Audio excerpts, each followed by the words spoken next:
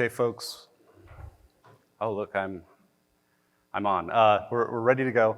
Unless anyone wants to trade. I'm feeling a little nervous today, but they got me in this box too. Like, I kind of like to wander, so you're gonna see me wander, but it's gonna be like a really small space.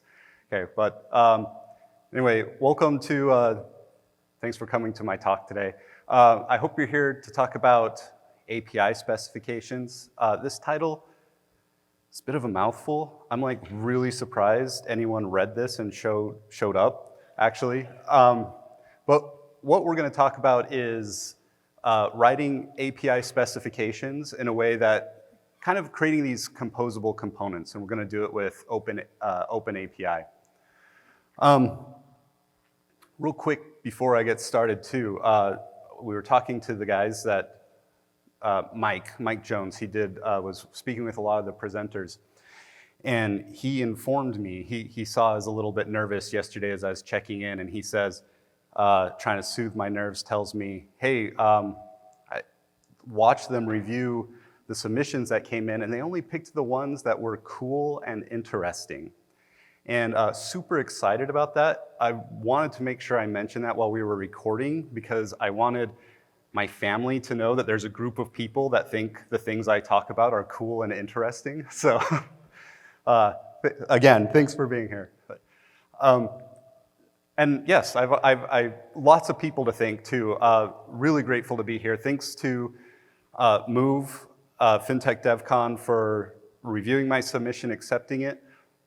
Again, this was something that I'm actually pretty passionate about with API design. I've been doing API design for a while.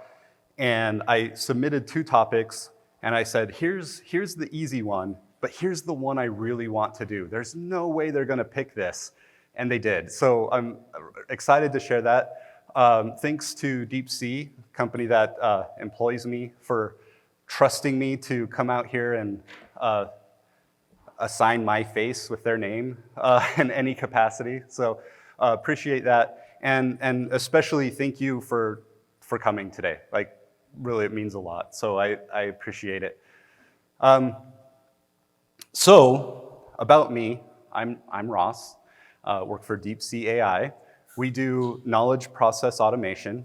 And what that means is we're taking these complex processes, and we're taking complex processes like what you would see in line of business users in large financial institutions, and we're automating that with AI. It's about as far as I'll go into it, but I do want to brag just a little bit. In 2022, we did win JP Morgan's Innovator of the Year award, so super excited about that.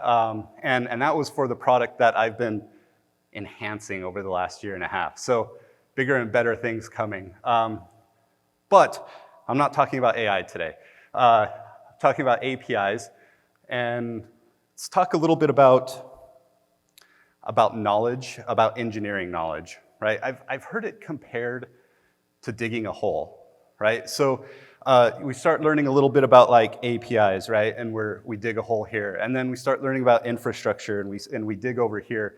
And sometimes we dig deeper in some areas than others, right? And what we get is a broad hole that's been dug out. And like a lot of the presentations here today, I feel like these really smart people that take this broad set of knowledge and put it all together in really fascinating ways. Mine, we're digging a hole. Like, we're kind of drilling down into a little bit of a niche topic here. But I want to share how I dug this hole, how I got myself into this hole, let's say. It started, so before I worked for Deepsee, I worked for Salesforce. And early in my career, I wanted to write my code. I wanted other people to use my code. I just wanted to be helpful, right? That's all we want, right? But how do I make people want to use it? So I started really digging into API design, how to make APIs helpful, easy to use, and helpful. And at some point, when I was in Salesforce, we had an architect who was trying to formalize some deprecation strategies. And I was like, hey, I have a plan for that. I've even got it written down. Here, you want to read it? And he's like, this is great. You should join, he probably just said, this is okay. But he still invited me to join our API stewardship committee at Salesforce, where we were driving like the long range plan and the North Star on like APIs. And so we started writing standards, standard documentation, and we wanted to make that better. So we started reaching out, and we reached out to a group called AIP.dev. That's not a typo. I don't know if it stands for API Improvement Proposals. And it's a group that started with Google. And the idea was to kind of define a set of standards around API definitions, set of standards around APIs and how they should be written in a somewhat language agnostic way, or I should say technology agnostic way, and also to provide an information infrastructure so you can extend those standards, right, and improve on them, remove what you need, add to it. Great way for documenting API standards. So started with Google. They invited us, a lot of FANG companies. I got to like meet with people who were way smarter than me. And as we were working on those standards, that kind of got adopted by our, at least by the part of Salesforce I was working for, Commerce Cloud. And I got to be part of the API Design Review Board. And as part of that, and as part of releasing our commerce APIs, I had the chance to review a lot of APIs that were coming from a lot of different teams. And like we had this standard, and there would be teams that would completely meet the standard, but would have different levels of quality of like the APIs. And it was kind of hard to measure, right, and define what should this API specification look like? What should the structure be? So that's my hole. I'm kind of in the bottom of it. And when you get here, the other thing that comes when you dig a hole like this is you kind of look around and say, wow, there's still a lot I don't know, right? But this is something that I've wanted to share about, maybe more important than like what I know, is to start a communication around how do we start formalizing how these APIs should be written? Like how do we improve it beyond just what case should your text be in, right? And what's your timestamp look like, right? So if you haven't noticed already, I like telling stories. So this is going to be a bit of a journey rather than just here's how to do it, right? So we're going to start with start first with talking about API first design. If you're here, like you read the topic and you decide to show up, you probably already know what it is, so we won't spend too much time on it. Same with the OpenAPI specification.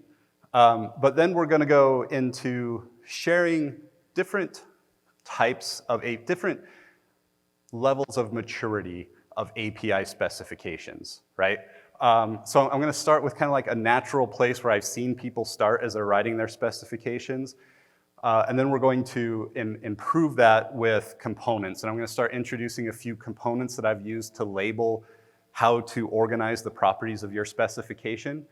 And if we have time, I'm going to share a few pro tips I've learned along the way. I wish someone would have shared them with me earlier, so that's why I'm hoping to share them today. Okay, so API first design. It's the concept of defining the interfaces between your systems before you write your implementation, right? I think this works really well with domain-driven design, right? Where I probably oversimplified domain-driven design. I think of like, what's your domain? What are your objects in that domain? What are the actions you could perform against those objects, right? And if you define it kind of like that, it works really well to just say, okay, now let's turn that into an API specification and we're good to go. One of the benefits that we usually talk about is getting feedback from our clients early. Actually, I got a thing from JP Morgan Payments, right, to go look at the APIs that are coming out for the APIs that they're doing. They're handing out QRC codes so that you could sign up to look at those. So, you know, they're taking advantage of this to a degree as well. I think one thing that we really miss when we talk about API first design, like, we give our specifications to our clients. Like, how many times do our clients actually look at them? Not always. I think the real benefit is that you could reduce complex systems, like complex designs that are across multiple systems by breaking them down into APIs, right? And you kind of delegate to your teams, right? This is the API needed at this system, and if they're not at a point where they need to see the big picture or want to see the big picture, they have this area that they can focus on, and you're reducing complexity so that you can distribute out the work that needs to be done. So, one of the tools for API-first design is OAS, OpenAPI Specification, formerly known as Swagger. It's language agnostic. You can write it in YAML or JSON to define your specification. And the benefit of it is that you could use this you use this as your source of truth for your APIs, right? So when you make your specification the source of truth, everything gets generated off of that. So your server-side code is generated. Your client-side, you can write your client SDKs off of this single source of truth.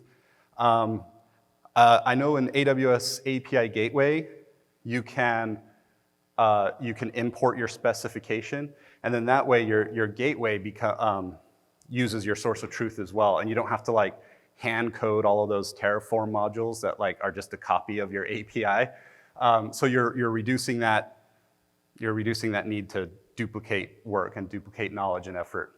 And then of course you get documentation with it, which is kind of how we started with Swagger, right? We were like, hey, I could just annotate my REST APIs and get documentation, and that's how it started. Now the proposal here, the idea here is now we're going the other way, right? Start with our specification and then generate code off of that.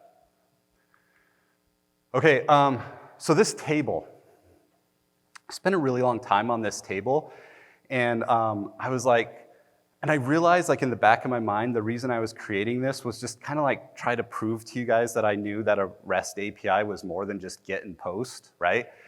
And then this weekend, I'm scrolling through Google, Google Now, and this meme came up, and I was like, man, I just needed to put that up there. So I kept the table, but I think the meme says it better. But anyway, the idea is, what I want to communicate here is if you're performing REST operations, right, you're really just doing CRUDL operations against your resources, right? If you're doing more than just CRUDL operations, that's okay if that's what you need, but it's not REST, right? And we're engineers, we're pedantic, let's define it the right way. But just kind of an overview here, right? I put service and client managed. I'm gonna focus on the service managed today. But what I mean by that, the concept is who owns the data, right? It's if the client is in charge of the data, we use a lot of puts, right? And your service is just kind of storing that data for you. And that's why your client can define the ID, right? For your create and update operations. But when we're doing service managed, this is kind of the pattern that we follow. I'm gonna focus more on this today, which is that post, get, patch, delete, and get. Okay, so we all know REST now, right? Okay, cool, experts, great. This is an example specification in OAS. This is the example I'm gonna use today. Okay, I mentioned that I kind of came from an e-commerce background. I'm sorry, I know this is a fintech conference, and so, but it's really hard to come up with, make up use cases that fit your need, right? This was the best one that is gonna show all of the components in the style that I wanna share today. So I decided to go with this. I know it's not fintech, but I think we're at least familiar with the idea of ordering something online, right? And so, of course, it's very simplified, but we have the ID, we have a flag that says, is this a gift? The user can put in a coupon, and we have a status, and then we have a single audit field. We'll add more audit fields later in the example.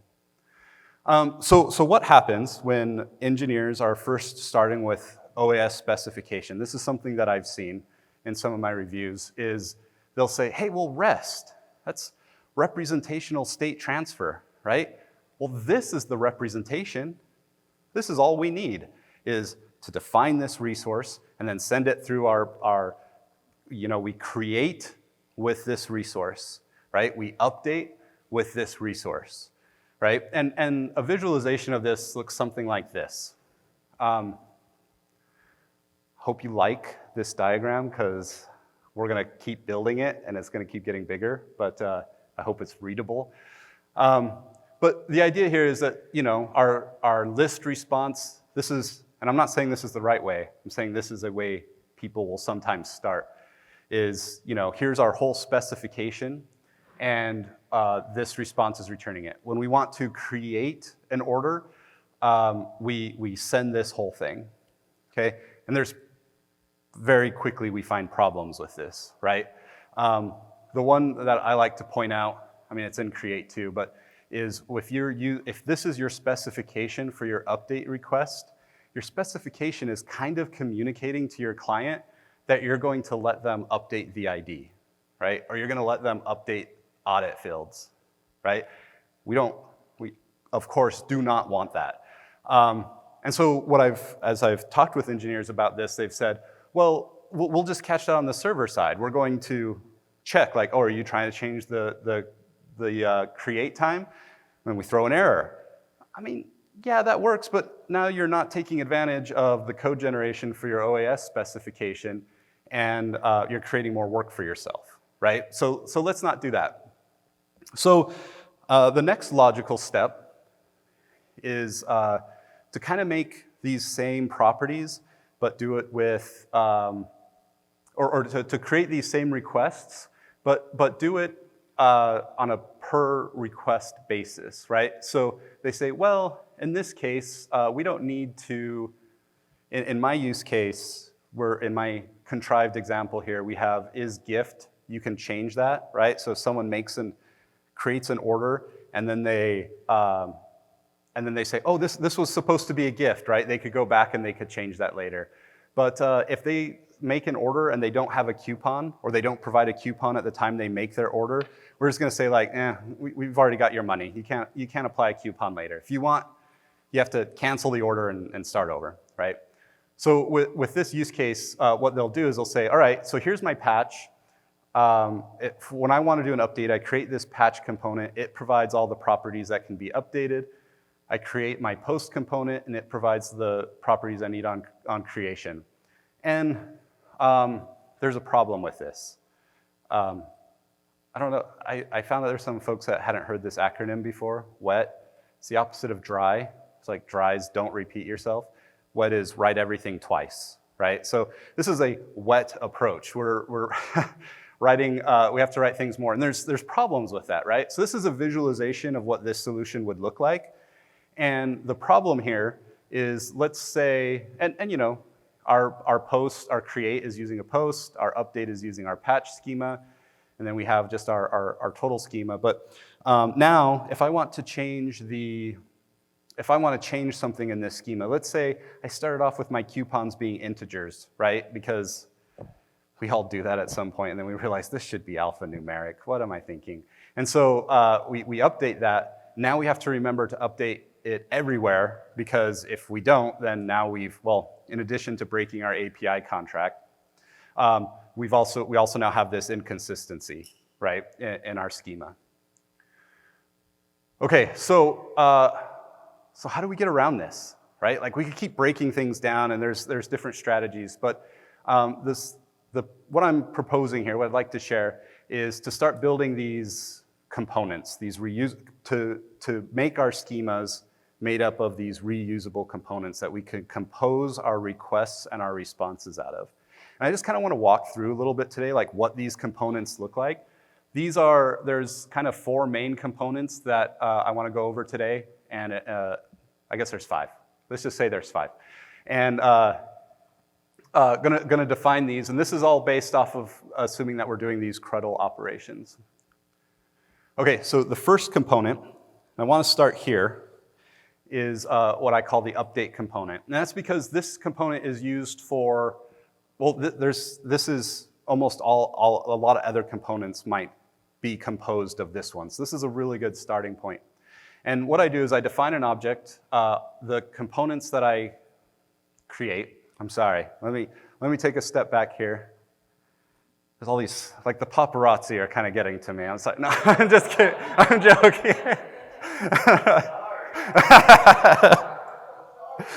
No, the problem isn't you, it's my anxiety, I'm sorry.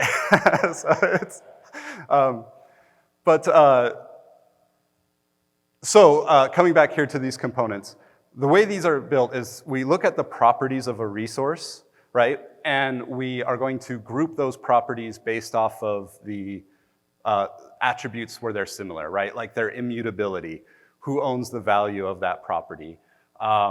Is it part of the resource or is it part of a sub-resource, right? And those are what's going to define these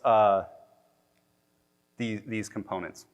Okay, so the first one is the update component, and this is, the update component is made up of the mutable properties that are defined by the client, right?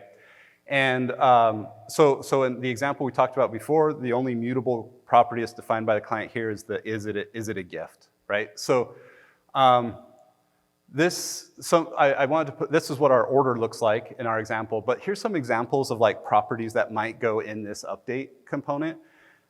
Things like quantities, so like how many of something am I ordering? Maybe if you have like a survey that you update it and then you want to give them a chance to like go back and change it, but you don't want to track the history of it. That might be a good example to put in the update component. Descriptions usually go in the update components. Like we've all probably built a resource that has some sort of business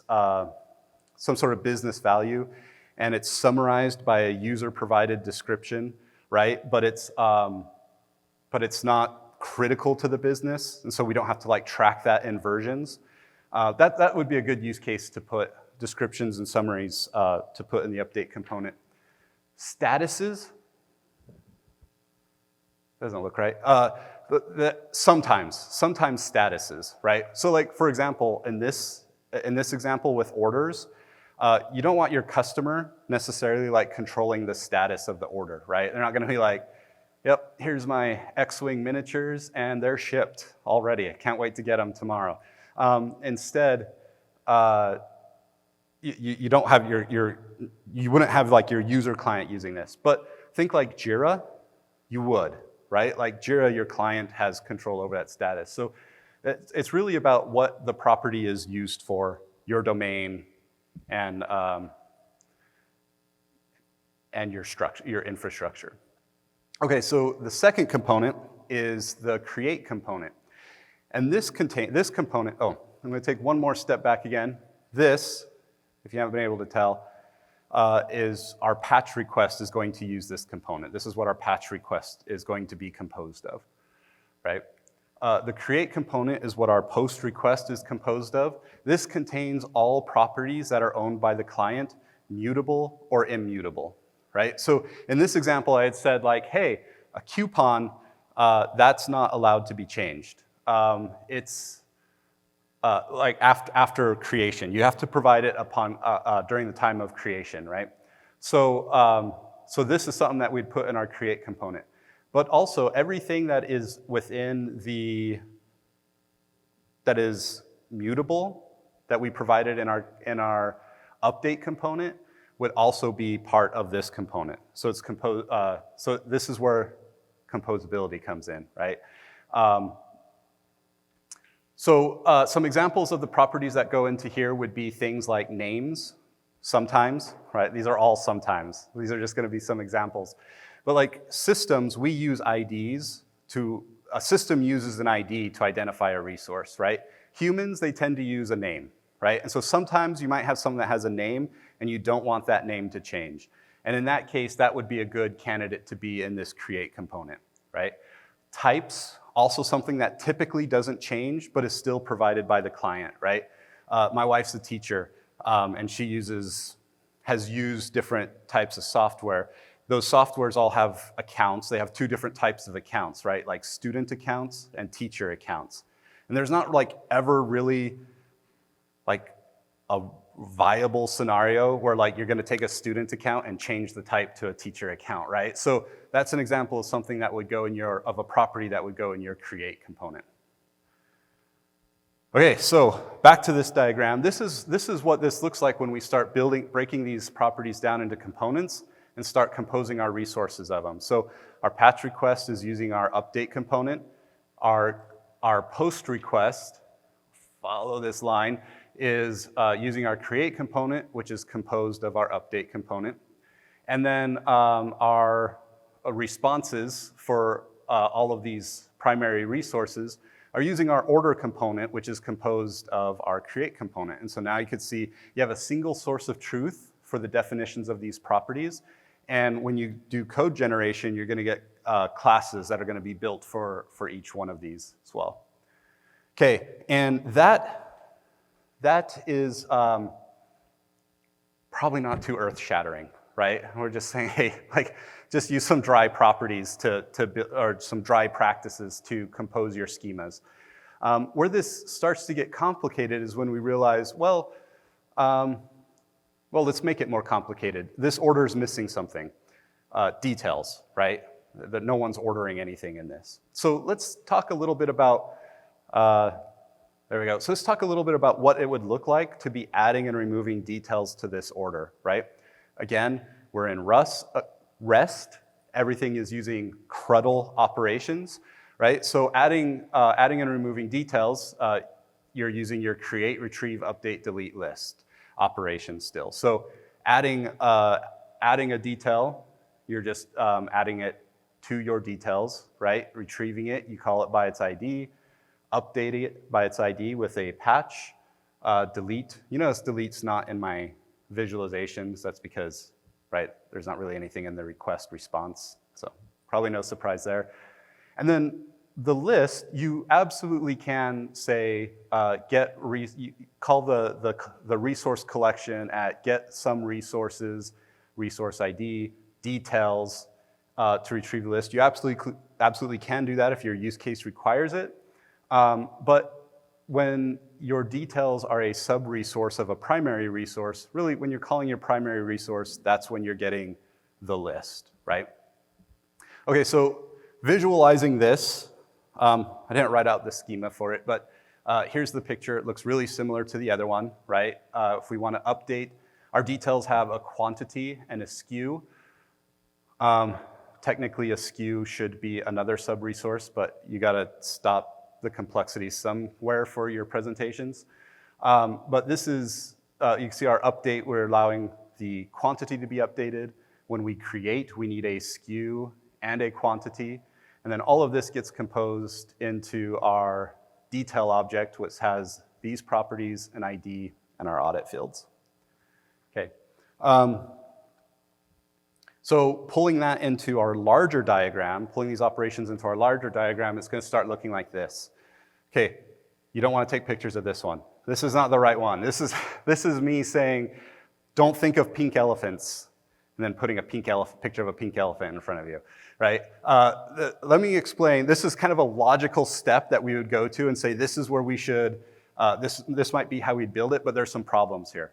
The problems are, okay, so we have our patch, right? So we're updating our order, we're creating an order, when we're creating the order, we have a list of detail creates. This is like where you might think this would be a good idea. And then this order is extending our order create. But the problem here, I'll just highlight it. The problem here is that we have a conflict here if we compose our order from our order create, and if our order create has detail creates in it. Man, is this making sense? Because this is like, okay, I'm getting some head nods. Good, good. That's why there's pictures and highlighted red cells. Okay, so there's a conflict there, right, in our inheritance for our components. Okay, I'm going to talk about that in a second, but just wanted to call that out. But the bigger one, I think, is really a performance issue, right? So we have this order, and it has these details, kind of assuming a relational database in this example now. Man, it sounds like the other group is beating us, but that's all right. But here we're gonna have, but here if you're creating your list request, right? If you're listing a bunch of components, you want that to be fast, right? You're not wanting to go into a bunch of different data sources and grabbing the details, all of the sub-resources of a resource, right? So, so we need to break this up a little bit further. And so I'd like to introduce the header component. This is kind of named after, if you've seen the UI pattern, the header detail pattern, where you have a resource that's at the top and then the list of details underneath. The header component is that primary resource information at the top, right? So the important thing about this header component is that it contains the information that a user would need in order to identify this resource, right? Or maybe to summarize that resource, right? So this is like they're doing a search. They search for all of the orders. They want to filter it, who created it, when was it created, right? This is the kind of content that you would want to put in this. So definitely ID, right? It's a summary. They're going to want to drill down more into it. Has to have the ID so they can find it. Names, like we talked about before, statuses, types, audit fields.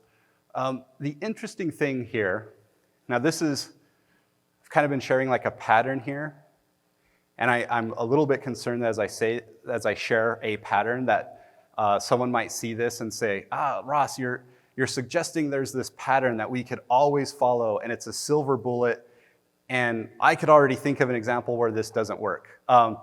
The real value here, this is a good place to start, but the real value here is in thinking about the properties and how to break them down into components. And these are the good set of components to start with.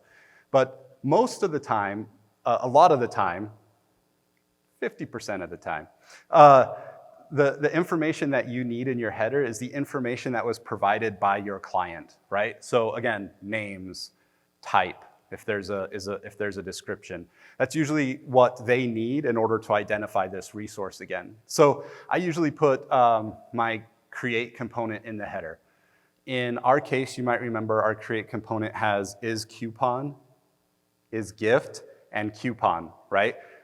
Coupon, yeah, someone's probably not gonna like do a search and be like, hey, where was this coupon used?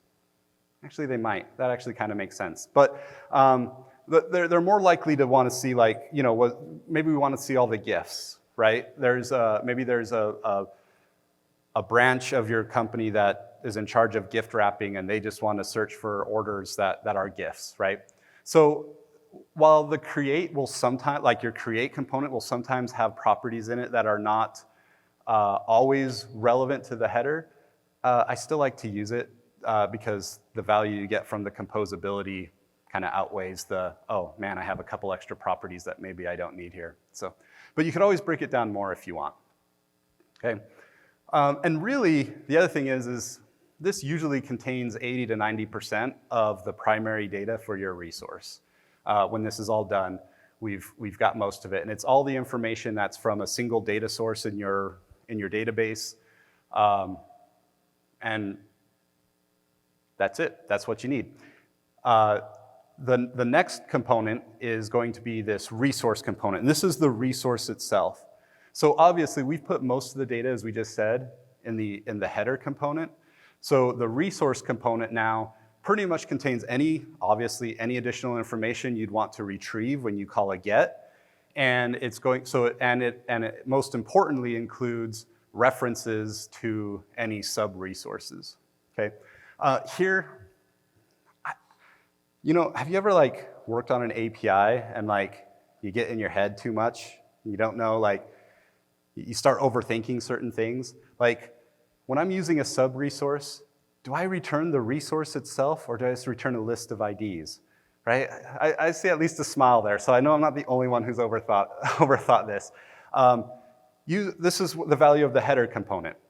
Return the header component. You're not returning the full resource, but you're returning enough information that if this data gets propagated up to a user, they can identify your resource and they could choose to drill down into it more, right? Okay, so there we go. All right, this is This is the penultimate diagram here. So we're getting close. But, and yeah, you take pictures of this one. There's no gotchas in this one. But this is just kind of an overview of what we've talked about, right? So here's our order update. It's used by the patch. Our order create is used by our post. Our header is what's returned for our list. Now notice our order create. We talked about, okay, what if I want to create this order and I want to have details with it, right? This is why we're talking about creating these resource components in order to compose our requests and our responses, and not just to compose more resources. If I want to create an order with a list of details, then in my request for creating the order, it's composed of, or it is all of, order create plus, follow this line, a list of detail creates. And so that's how, and that should be black. But that's how you compose those messages here and have those reusable components. Let's see, what else here? And then you can see that the order is composed, has the list of headers, and is returned by the actual response. Okay, so this is the main components here, right? The important principle here is you recognize looking at the attributes of the properties and how you want to break those down. But this is going to satisfy like probably over 80% of your use cases if you have just a bunch of simple RESTful resources. But there's still an area where we can improve here, and that's here. We want to keep things as dry as possible, right? And these are both using a create time. Have you ever like designed either a resource or an entity, right? And you add your audit fields, like, and you call it like created by, and then like the next engineer comes in and he calls it like user who created this resource, right? Like, you're like, come on, I already had a name in there. Why can't you just follow the pattern? So instead of like, if you have like a team of 4 engineers, right, you're gonna have 4 different audit fields all do the same thing with different names. So how you could prevent that is by creating this audit component, right? So we have this concept, I usually use 2 audit components. I have an immutable audit, right, which has the create time and the created by. And then I have an audit that extends that immutable audit that has the modified by and modified time, right? And so now, with this is the diagram. You can see we've got the same pattern here, and we're composing our headers here are using our audit fields. Okay, so I have like 8 minutes. This is good. So when you start building this, this is a little complicated. I mean, it's not like we're engineers. It's not too complicated for us. But you could see that this is where we started building a lot of different schemas in our OAS specification, and we're putting it together. And this isn't so bad. It's not so bad. How many? Just like a dozen blocks. It's not so bad for a single order, but when you start building a large schema, right, this can be a mess to maintain in a single file. So one of the things that I've been encouraging folks to do is to create kind of component-only specifications, or to even just create multiple specifications. If you've ever used Swagger Hub, like they have a way for you to do this, but it's not like, and you look at it and you're like, why can't I do this on my own? Why can't I do this without Swagger Hub? You can. I found this secret for it. The key is you just have an empty path in your specification, right? And then you just use the rest of the specification to provide components. And then, of course, you use your JSON refs to refer to those external files and build your components. And so this is what you'd want to use this external ref for, is if you're in an IDE that has like a nice OAS validator in it. This is going to keep your live updates valid.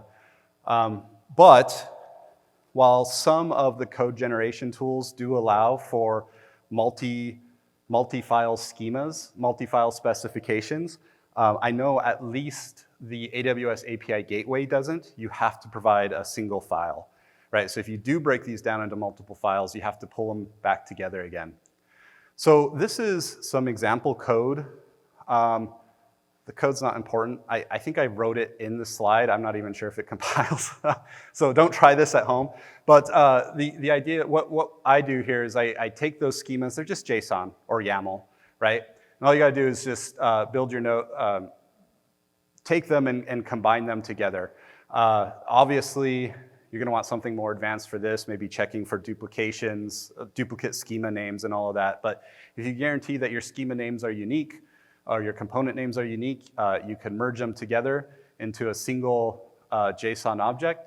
And then you just have to change your refs and just change all of your references to be pointing to your local components instead of to external files. And then you have a single file. You should also make sure you do it in order because I think the last one wins. So whatever you want the description of your API to be, you want to make sure that that's ordered as well. So code is more than this, but this is just to get the idea. Okay, I want to do this presentation to talk about this schema pattern. If you think that's nonsense, I mean, that's fine. There's no silver bullets in software engineering, right? Take what you want. But if there's one thing I really want to emphasize about building your specification, test your schema.